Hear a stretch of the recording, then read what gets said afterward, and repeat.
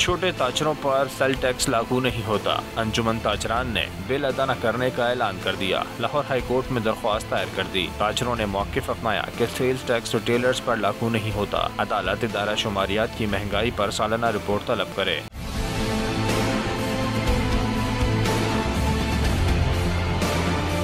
बिजली, गैस, अद्वियात और दीगर अशिया की कीमतें आसमान पर पहुँच गई हैं। अदालत वज़ीर आज़म से पेट्रोलियम मसनूआत की कीमतों में इजाफे पर सवाल करे।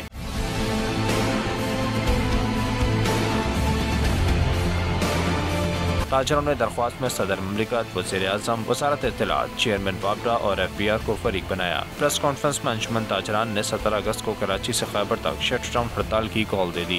कराची से खैबर तक एहतजाज किया, बिजली के बिल जमा करवाने से इनकार किया। तो उसके बाद चेयरमैन FBR से भी हमारी मुलाकात हुई और आज सुबह वफाकी वज़ीर ख़जाना से भी मुलाकात हुई।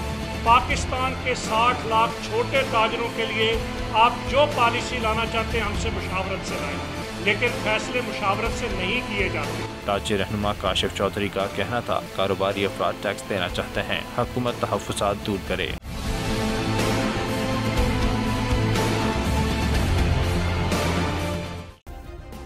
सब्सक्राइब करें और बेल दबाएं ताकि कोई खबर रह न जाए।